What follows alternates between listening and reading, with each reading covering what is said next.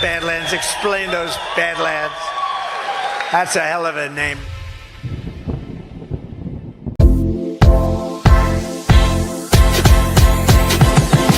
Deodorant should do more than cover you up. It should protect you all day long.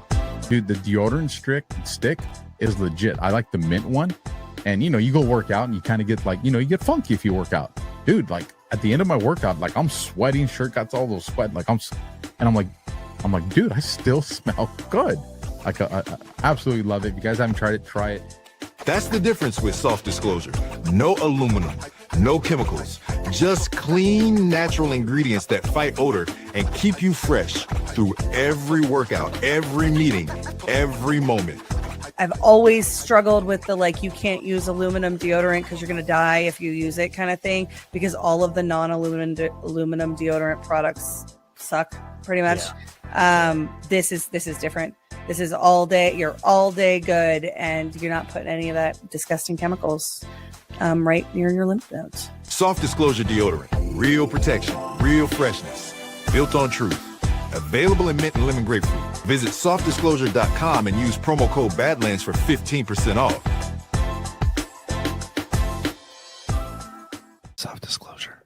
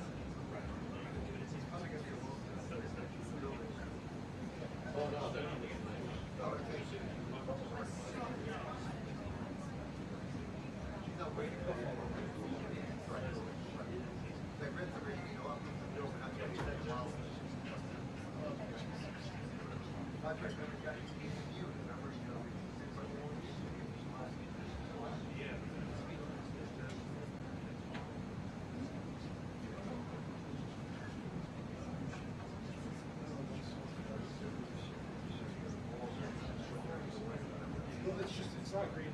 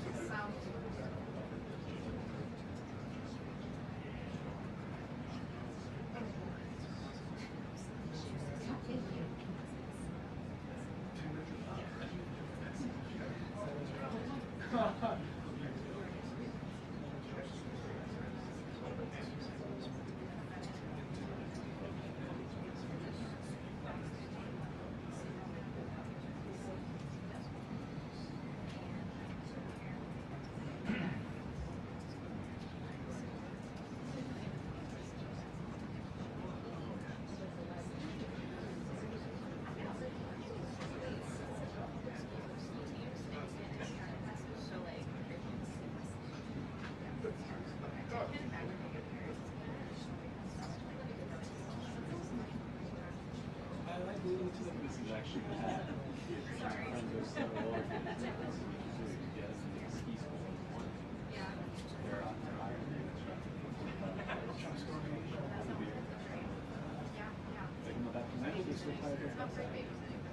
expensive. So much. But I'm obviously. Oh no, yeah, and you touched it on speed right now. Maybe it's 6 6 different lines, but not like it's done. Your mountains are more convenient. The government said they're going to try to reduce it. So they still different. There are signs that they are.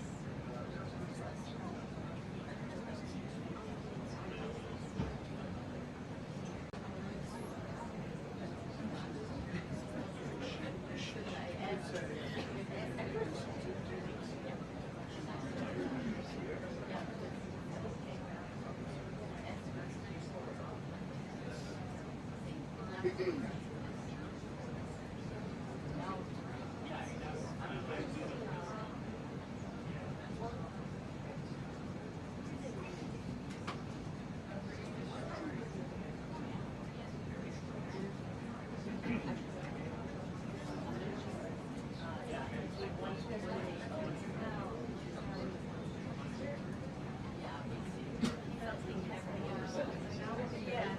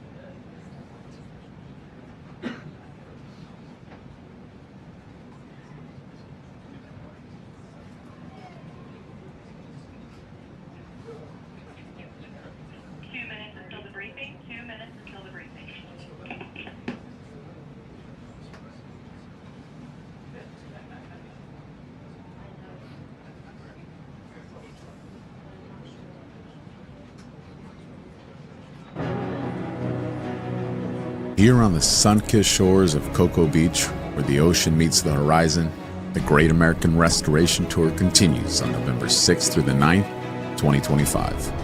Badlands Media gathers patriots like you, not just to talk, but to rebuild. From truth-telling panels to unbreakable bonds, we're restoring the soul of our nation, one conversation at a time. This is the heart of the Space Coast, where the rockets defy gravity and dreams touch the stars. Feel the thunder of innovation that powers America forward. Together, we're not just healing the past, we're blasting off into a brighter tomorrow, a future where truth prevails, families thrive, and America leads once more. Join us in Cocoa Beach. Get your seat or your virtual stream pass now at badlandsmedia.tv/events. Launch is imminent, and you don't want to miss this liftoff.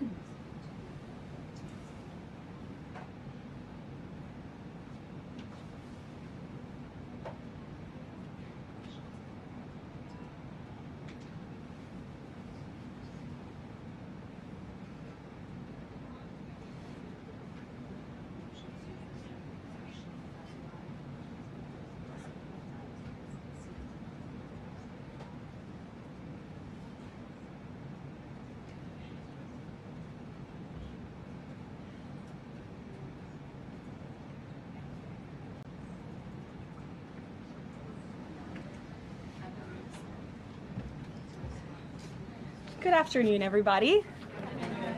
I apologize for my tardiness today, so let's get right to it. We'll begin today with some scheduling announcements for President Trump's upcoming trip to Asia.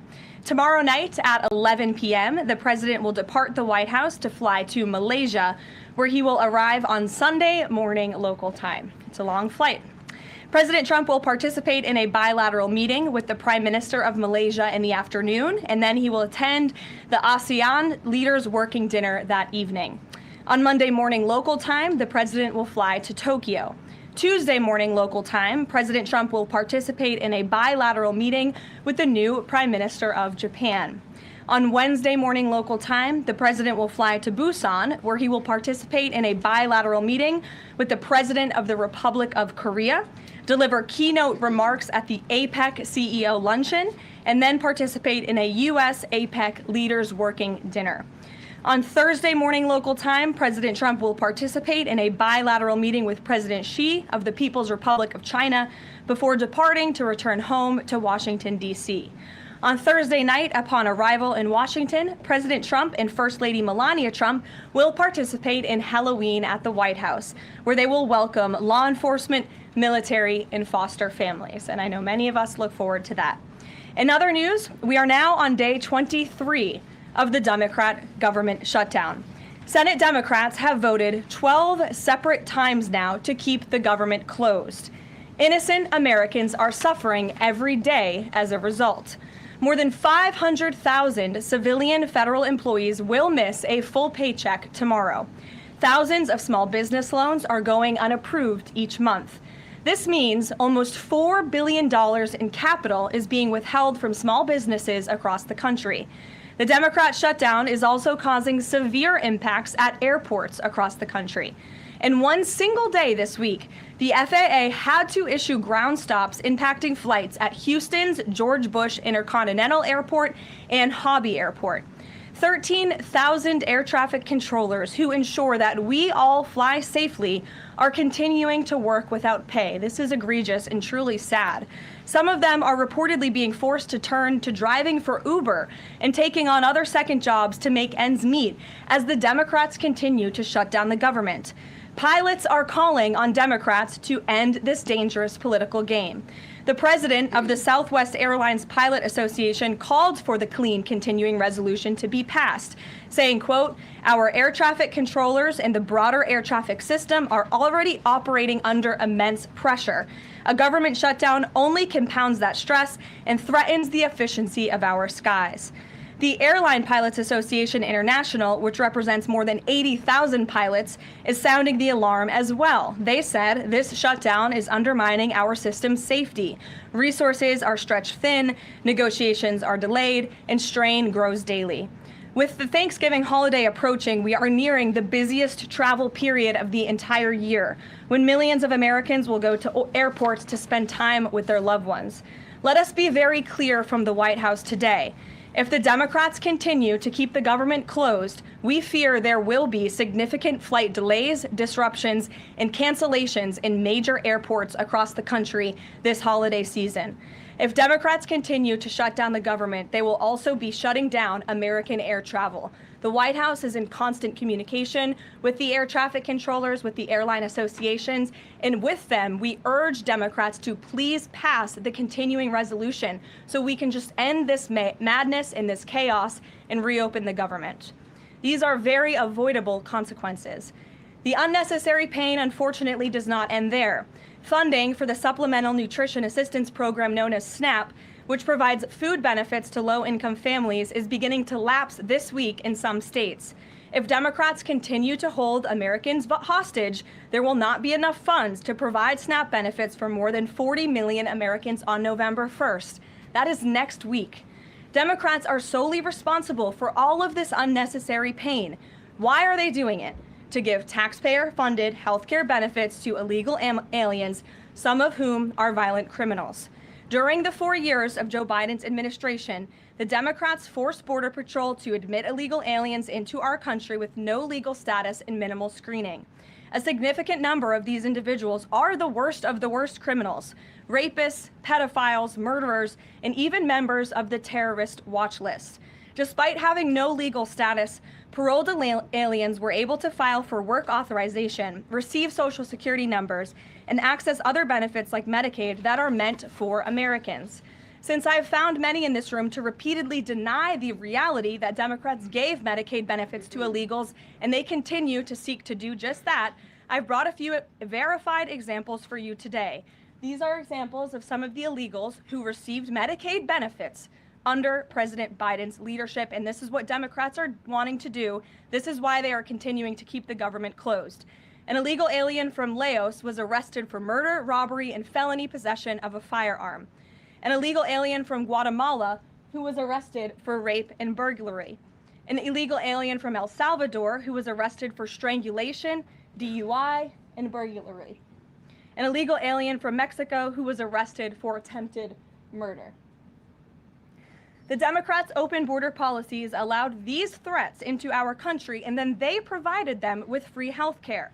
The president and Republicans, through the One Big Beautiful Bill, implemented a common sense reform to end this fraudulent scheme. But that's why the Democrats are continuing to shut down the federal government. They are trying to reverse this and restore taxpayer-funded health care for illegal aliens like these. Throughout this shutdown, Democrats have said this quiet part out loud. Senator Chuck Schumer, the leader of the caucus that is refusing to open the government, said, quote, "Every day gets better as the shutdown continues." Ask the air traffic controllers if every day is getting better, Senator Schumer, and they will tell you absolutely not. House Democrat Catherine Clark said, "There are going to be families that are going to suffer. We take that responsibility seriously, but this is one of the few leverage points that we have." Here is a House Democrat who is admitting that they are using Americans who are suffering as political leverage. And Senator Bernie Sanders said, "If you reopen the government, we lose our leverage." This is pure partisan games. A senior Democrat aide said the party will not end the shutdown, quote, "short of planes falling out of the sky." That is truly a disturbing statement. The Democrats clearly don't care about this suffering. They care about playing political games against President Trump, and this dangerous charade needs to end. The president, in Republicans' position, has been clear and unchanged. Pass a clean, nonpartisan funding bill to reopen the government. And then we can talk about all of the partisan issues that the Democrats wish to. If you're watching at home, we urge you to call your Democrat senators and tell them to put our country over their party and reopen the government today. Here in our new media seat, we have Brittany Gibson of Axios. Brittany, why don't you start us off for our Q&A today? Thank you for being here. Two questions, if I may, Karoline. First is, we understand that the president and Republicans will not negotiate on ACA extensions until the government reopens. If and when that happens, what does the president think should be, or what are his plans for preventing rising healthcare costs for Americans? It's a very good question, and I'll leave that to the president to negotiate that when Democrats vote to reopen the government. When it comes to lowering healthcare costs, the president is deeply committed to this. It's why he has spent so much time and effort negotiating with Big Pharma to lower the healthcare costs of prescription drugs. All of you have been in the Oval Office for multiple different announcements. We've had these most favored nations deals with these large pharmaceutical companies committing to lowering drug costs in this country. So it's something the president wants to do. And Brittany, one more point. I'll just point out the irony in Democrats holding the government and the American public hostage over a healthcare system that they created. The healthcare system was called Obamacare. Why? Because Democrats and President Obama implemented. And Republicans have always said it's a broken system, yes, but they caused it, and now they want to shut down the government to fix it. We need to open the government, and then we can have these very important conversations about healthcare. And the second, on H-1Bs and foreign students, during the campaign, President Trump said he wanted to make it easier for foreign students to work at U.S. companies, staple a green card to every diploma. But the changes from several agencies now on H-1Bs are adding more obstacles to that. The administration is being sued over those changes. Can you explain the changes in the president's thinking on H-1Bs? Administration will fight these lawsuits in court. The president's main priority has always been to put American workers first, and also to strengthen our visa system. We know for far too long the H-1B visa system has been spammed with fraud, basically, and that's driven down American wages. So the president wants to refine this system, which is part of the reason he implemented these new policies. These actions are lawful, they are necessary, and we'll continue to fight this battle in court. Garrett. Two questions on different topics, if you'll Sure. indulge me. On the pardon of Changpeng Zhao, and apologies if I'm mispronouncing that name, Binance has significant business interests with World Liberty Financial, the president's family's crypto company. How do you respond to the allegations from Democrats that this is a corrupt act? I would respond and say the president is exercising his constitutional authority to grant clemency requests. And the president and the White House have a very thorough examination of every pardon request that comes to the president's desk. It is thoroughly reviewed by the White House Counsel Office, and I spoke with our great White House counsel about the pardon after it happened. This was an overly prosecuted case by the Biden administration. Even the judge in the case admitted that the Biden administration was pursuing a egregious over-sentencing of this individual, and the previous administration was very hostile to the cryptocurrency industry. So the president wants to correct this overreach of the Biden administration's misjustice, and he exercised his constitutional authority to do so. And to the Democrats, I would just say there's nothing more corrupt than what President Biden did on his way out the door, pardoning his extremely corrupt son and many of his associates. On the ballroom, the first of which will probably be several questions about this today, I imagine. Is it a big story? It seems that way. The president's cost estimate has changed several times. I think it's up to $300 million now. Given the nature of all this, will the White House commit to releasing all of the donors and how much they're spending and how much of his own money the president is putting on the line to this? We have released the full list of donors thus far. Perhaps there will be more people who want to generously contribute to this project. And the president, yes, has committed his own resources. And when he releases that information, which I'm very confident he will, you will all see that. We'll see a dollar figure from the president? Yes, you will. And I would also just add the president has been incredibly transparent. I would reject any notion otherwise when it comes to this ballroom project. It's something he personally has obviously taken an interest into and has talked with all of you in this room many times about. You have seen the model in the Oval Office. Last night he showed that for you. But when this plan was presented and when these renderings, as soon as they were complete, the president directed me to come out here and to share them with all of you. I did an entire opening remarks about what this ballroom project was going to look like. With any construction project, there are changes over time as you assess what the project is going to look like, and we'll continue to keep you apprised of all of those changes, but just trust the process. This is going to be a magnificent addition to the White House for many years to come, and it's not costing the taxpayers anything. The president is privately funding this ballroom addition to the White House grounds. Jennifer. To follow up on that, one thing that's not in the president's model is the East Wing bunker, the president's emergency operations center. Can you say if his update, that $300 million, does that include the cost for upgrading that bunker? Look, like any security enhancements that are made on the White House grounds, those will be made and maintained by United States Secret Service. As for the cost of the ballroom and the construction itself, all of that is going to be, like I've said, privately funded and paid for by the president himself and many generous patriots who have stepped up. Included in that funding? Correct. Okay, and then can you say, well, that's all right, I'll skip that one. Thanks. We just. Thank you, Karoline. More ballroom questions. Okay. So the White House has explained that the reason you didn't submit construction plans to the NCPC is because that commission, along with others, don't have oversight over demolitions, but only over construction. And so far, you haven't built anything. So can you help us understand, can the president tear down anything he wants without oversight? Can he demolish this building or, say, the Jefferson Memorial? So it's not the president who came up with that legal opinion himself. That's a legal opinion that's been held by the NCPC for many years. It's written, so we can get you that background and that research if you wish to include it in your reporting, because it is very important. They have ruled consistently. Their general counsel has said when it comes to phase one of this project, the tearing down of the current East Wing structure, a submission is not required legally for that. Only for vertical construction will a submission be required, and that's a legal opinion from them, and we are following that legal opinion. And again, I would just add, can any president do such a thing to the White House grounds? There have been many presidents in the past who have made their mark on this beautiful White House complex. This briefing room, as you all know, was not once a briefing room. It was a swimming pool. There have been presidents who have completely torn down the executive mansion. If you look at what President Truman did, some of the photos of the construction project that took place in those years, I think sitting here today, we're all grateful for those efforts and the modifications that happened at that time. And again, in due time, the East Wing is going to be more beautiful and modern than ever before. And in addition, administration. There will be a big, beautiful ballroom that can hold big parties and state visits for generations to come. So it sounds like the answer is yes, he can tear down whatever he wants. And then secondly, I mean, that's not what we're saying. That's a legal opinion that's been held for many years. And interpreting it. no, it's something that presidents have done for years and years. In fact, I have some photos here. Thank you, Pat, to show you the construction that's taken place on the White House grounds. This is the construction of the West Wing in 1902.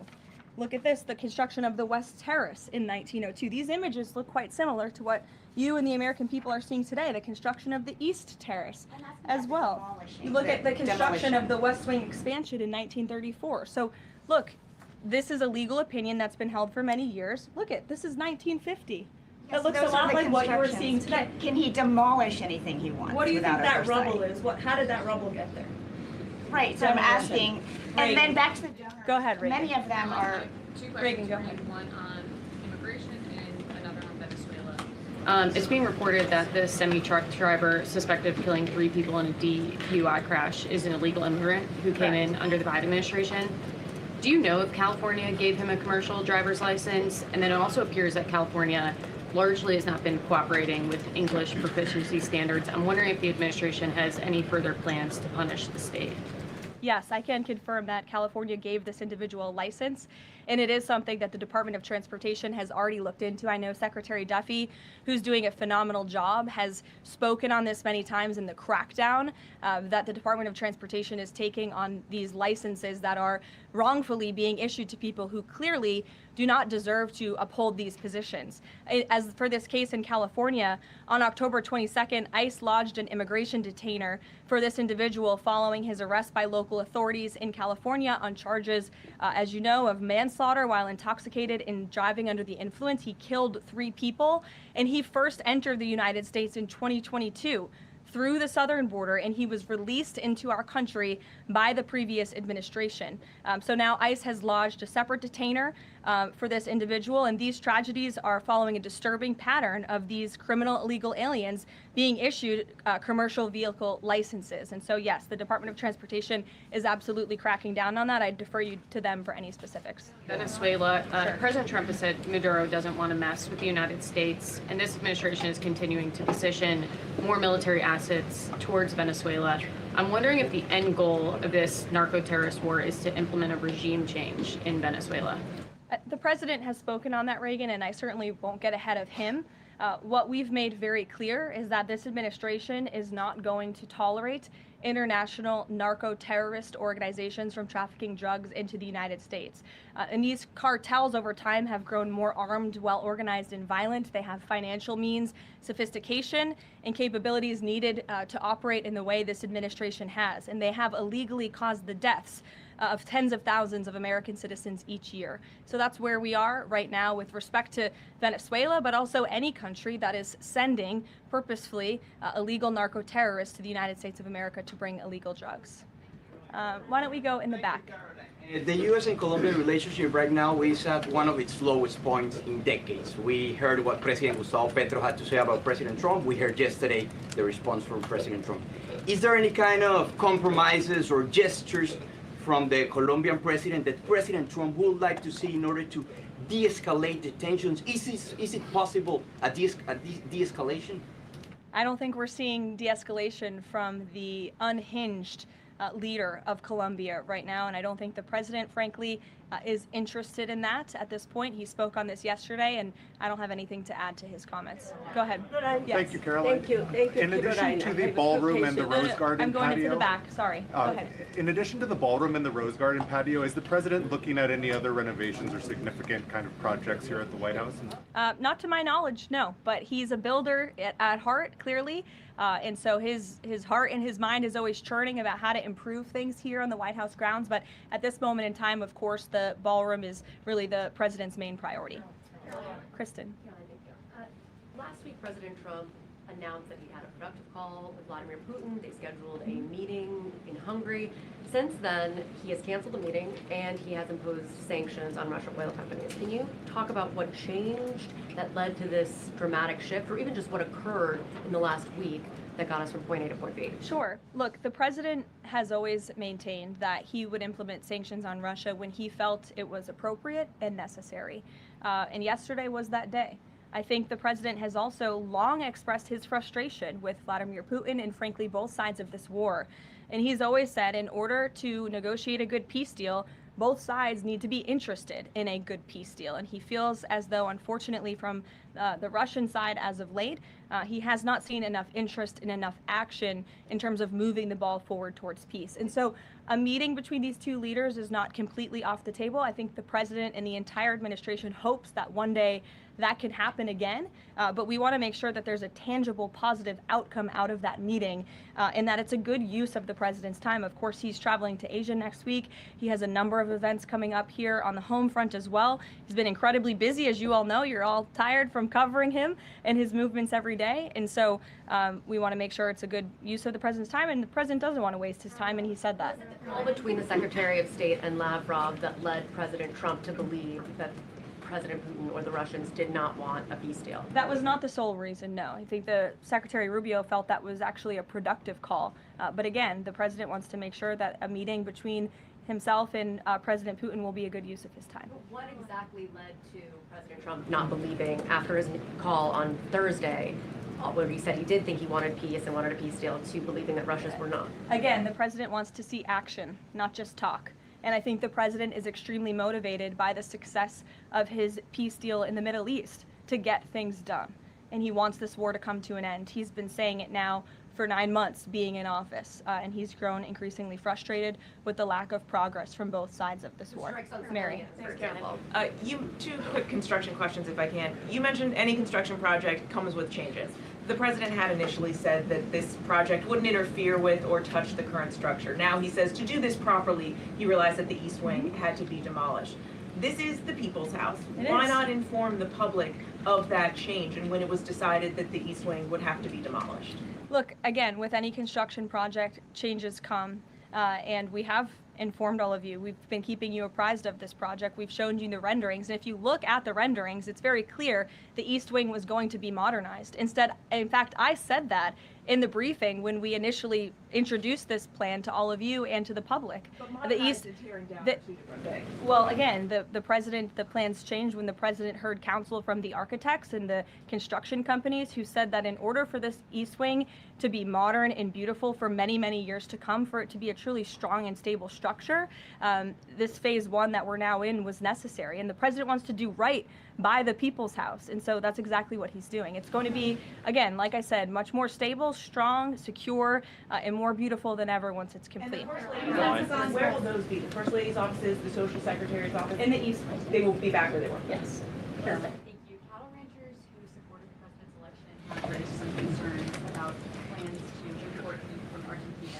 How will the Trump administration support those farmers? Look, the president hears those concerns. He addressed them yesterday himself. President loves our ranchers, and our ranchers love our president. And in fact, the president did a lot for them in his first term here.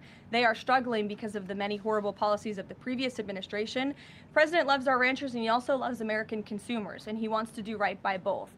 So the immediate solution to the problem of the rising cost of beef, president wants to bring that down as we have to increase our supply. And so that's what he's doing with respect to these imports. But the president also is looking out for our ranchers with a long-term plan that was released by the Secretary of Agriculture yesterday. It's a 3-part plan. It's very extensive and detailed. I would encourage all of you to read through it. But there's really 3 points to this plan that the president has agreed upon and has entrusted Secretary Rollins to implement. Number 1, strengthening U.S. cattle production through increased grazing access, endangered species reforms, enhanced disaster relief, increased access to capital, and reducing costs for new and young ranchers. We want to incentivize more Americans to get into this noble profession. Lowering long-term costs by cutting inspection costs, increasing market options for consumers with product of USA labeling, and ensuring consumers know that they are eating American beef. It's a good incentive for the American consumer. And lastly, growing the domestic herd while boosting long-term demand to reduce prices for consumers while growing the markets for our ranchers. So President hears them. He has to address both of these problems for the ranchers, but also for the American consumer. He promised to lower costs, and that's what he's committed to doing. Karoline. Thank you. 2 questions not on the ballroom. The first is, there's a Democrat in Texas who's actually running for Congress who said last night during an interview when talking about fighting Republicans and this administration, quote, "If you hit me in my face, I'm not going to punch you back in your face. I'm going to go across your neck. This has obviously really upset those folks over at Turning Point USA after the Charlie Kirk assassination. Just your response to that kind of rhetoric. Just very jarring rhetoric, and I think it's very unacceptable. I hope the people of Texas will do the right thing and reject this person's candidacy. It should have no place in American politics. And then just a quick second question on oversight Democrats that are saying that they're creating this master ICE tracker, basically tracking all ICE activity. We've seen the protests in New York just yesterday. Homeland Security is saying that this sounds like obstruction of justice. What do you say? Again, this is actively putting the lives of our ICE agents at risk. We've seen media outlets, in fact, in this room, also write stories about ICE tracker apps that Democrats and other left-wing activists have created to track the location of ICE agents on the ground in our communities. Again, I've said this repeatedly and I will continue to say it. The men and women of ICE are outstanding people. I wish a Democrat on Capitol Hill would actually have the courage or the guts to stand up to their party and sit down with some of these men and women who are doing this incredibly difficult job of enforcing our federal immigration laws.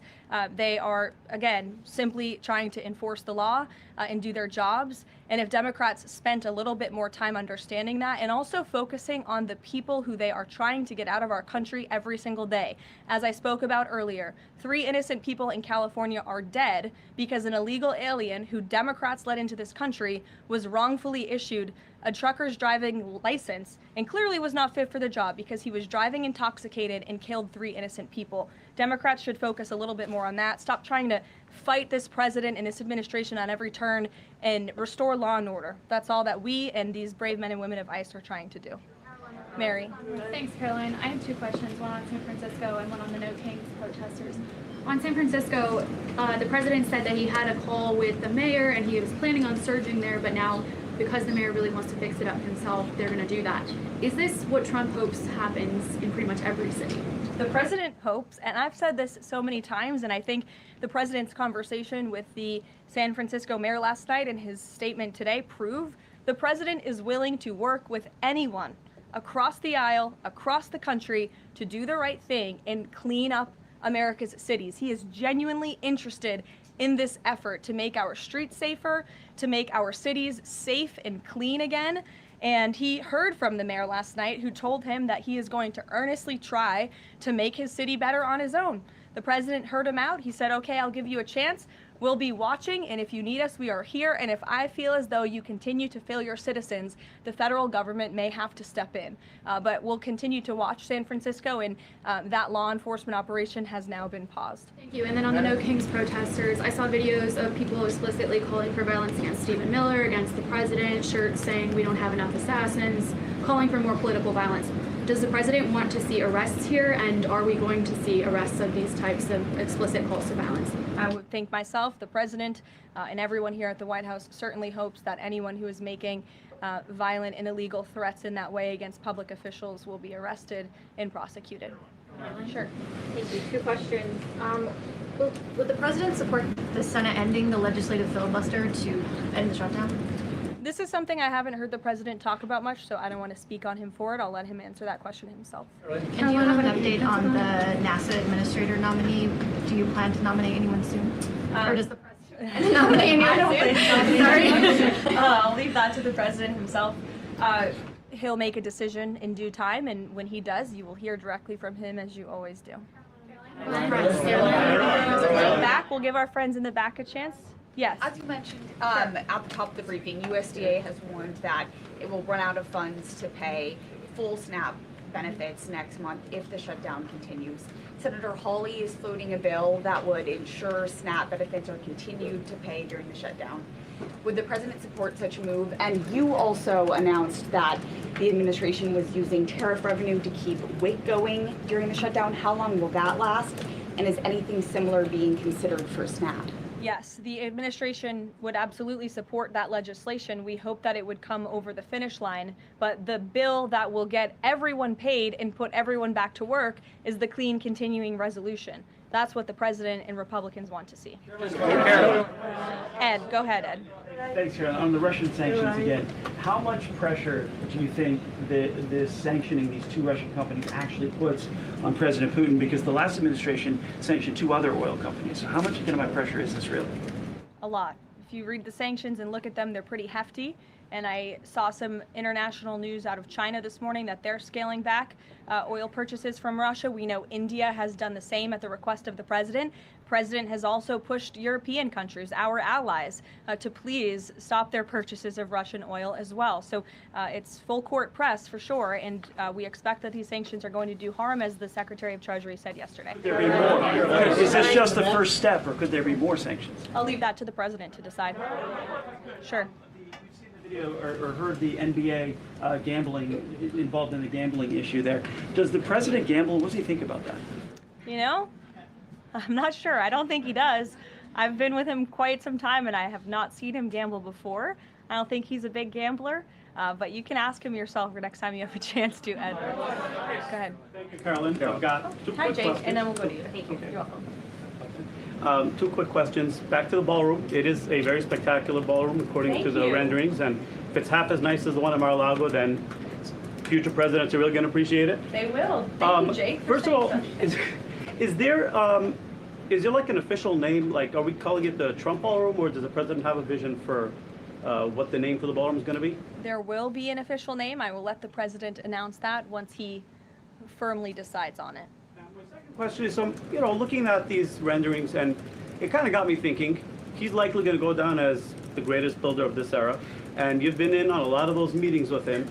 Has, to your knowledge, has the subject of rebuilding the Holy Temple in Jerusalem come up? It has not. No. It has not. I don't. I'm sorry, Jake. Go ahead. Caroline, on the CC pardon, could this clear the way for Binance to resume U.S. operations? I won't get ahead of that. That's something for Treasury or the Departments of Commerce to comment on, so you're welcome to ask them. And then one follow-up question. Any more details on the president's Walter Reed visit? The readout from his doctor mentioned advanced imaging. What procedure was he referring to? Advanced imaging is something that presidents receive and people receive when they go to the doctor. And so we provide a detailed readout of that physical, and I would encourage you back to that. Presidents and I don't know the exact imaging that took place, but as the physician's note said, the president is in incredibly good shape, and I think that's evidenced here every single day. Danny. Caroline. Back to the ballroom, I'm afraid. I just wanted to ask, because in July, the White House said that it would cost $200 million. Yesterday, the president said $300 million. Is $300 million now the operative figure, and why did it go up by so much? $300 million is the figure, and again, it's not going to cost the taxpayers a dime. So we look forward to this project continuing, and we will continue to keep everyone apprised on it. Perhaps the president will even bring you all out to see it one day at the appropriate time. You're also going to hear from the president directly in about an hour. He's hosting an event with the Homeland Security Task Force. This was a newly created federal task force that the president and his law enforcement team have put together. I would encourage you all to tune in to the remarks. They have really done a tremendous job at refocusing how federal law enforcement and local law enforcement work together. There will be some local sheriffs and law enforcement officials in attendance as well, and they'll be talking about the success and the many arrests they have made of drug traffickers and cartel members all across the country by just simply working together. So we will see you at the event. Thank you.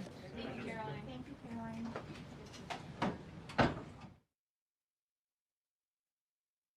Introducing All Good Ingredients with Purpose. All Good is making self-care great again with clean, natural essentials that deliver results. Elevate your hair care routine with All Good's Deep Conditioning Tallow Hair Mask. In just 30 minutes, every few washes, this powerful formula deeply nourishes, strengthens, and restores radiant shine, leaving your hair soft, manageable, and frizz-free.